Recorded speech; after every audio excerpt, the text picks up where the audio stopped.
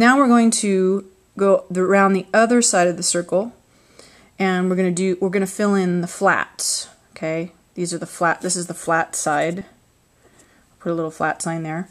You notice I've written the word fourth up here. That's because going this way, if we're counting up from this original spot, we have to count in fourths to get the right answer.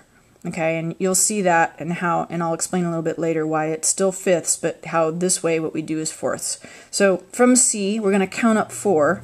C, D, E, F. Okay, the first one is F. And that gives us 1 flat. Okay, and we need the order of the flats. We have a really simple mechanism for remembering those. It goes like this: B, E, A, D. It spells the word bead, and then we've got G at the end. And if you need a reference for that, just keep in mind that we're still working in fourths to get this little saying, right? But bead and a G at the end. That's pretty easy to remember. So in the key of F, we have 1 flat, B flat, right? Okay. Now we're going to count 5 up from F. F, G, A, B. We've got B flat. That has 2. What are they? B and E. B flat and E flat. We want to get into the habit of saying flat and sharp also. My students have a tendency to say things like it's F when they're talking about F sharp, and you always want to say, if it has an accidental on it, sharp or flat. Okay? So B flat, what's the next one up from B flat? Well, actually, if you look at the little key here, it's telling us the next one is E, but we could count that. B, C, D, E. E flat would be next. And that one has 3. What are they? B, E, and A. Okay. What would be next? Well, we could go to the key and see that it's A flat, or we can count up. E, F, G, A. A flat has 4. What are they? B, E, A, D. And now we're at D flat, okay? And we notice that we put them on the circle for a reason here, because D flat and C sharp are the same note, right? So this is where the circle intersects. And in D flat, we've got 5 flats. What are they? B, E, A, D, and G.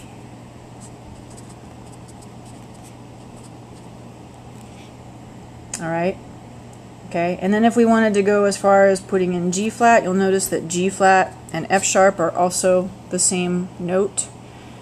And I'm going to tell you the truth about being a musician is that we very rarely use this key, G flat, F sharp, for much, because everybody hates it. Nobody wants to read, and F sharp and C sharp, nobody really wants to read a gazillion sharps. We do use D flat a lot, and we do use G flat too, but you know, it's not as commonly seen as all of the other keys because it's a pain to read, right? But it's still important to know that. So how many would there be in G flat? There would be 6. And the next one up from G would be G, A, B, C. It would be C flat, and C flat is obviously what? B. So we get into this whole place where we've got harmonics and flats on things that actually could be natural, right? So this is basically how you create the circle of fifths. Notice that we went fourths this way, but if you keep going the right way around the circle, clockwise, you're still talking about fifths. From D flat to A flat, D, E, F, G, A, right? That's the fifth of D flat. A flat to E flat, A, B, C, D, E, E flat. E flat to B flat, E, F, G, A, B flat.